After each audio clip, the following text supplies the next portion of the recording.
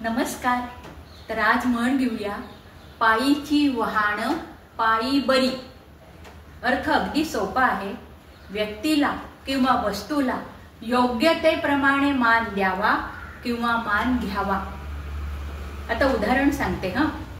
अहो, पायातली चप्पल का कुणी डोक्यावर ठेवतं का डोक्याची टोपी पायात घालतं? नाही। हा, संतांच्या पादुका डोक्यावर घेतात, पण आपल्या पादुका कोण डोक्यावर घेईल? ज्या त्या वस्तूला ज्या त्या ठिकाणीच मान द्यावा। आता एखादा बँकेचा शिपाई आहे, तो मॅनेजर होऊ शकेल का? नाही।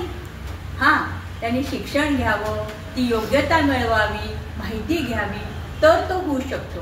आता एखादा टॅक्सी ड्रायव्हर आहे, तो विमानाचा पायलट होईल का? नाही, गोंधळून बसेल।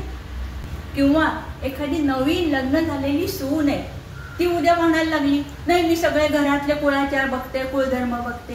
नाही, आधी सासूच्या हाताखाली तयार होऊ दे, शिकू दे।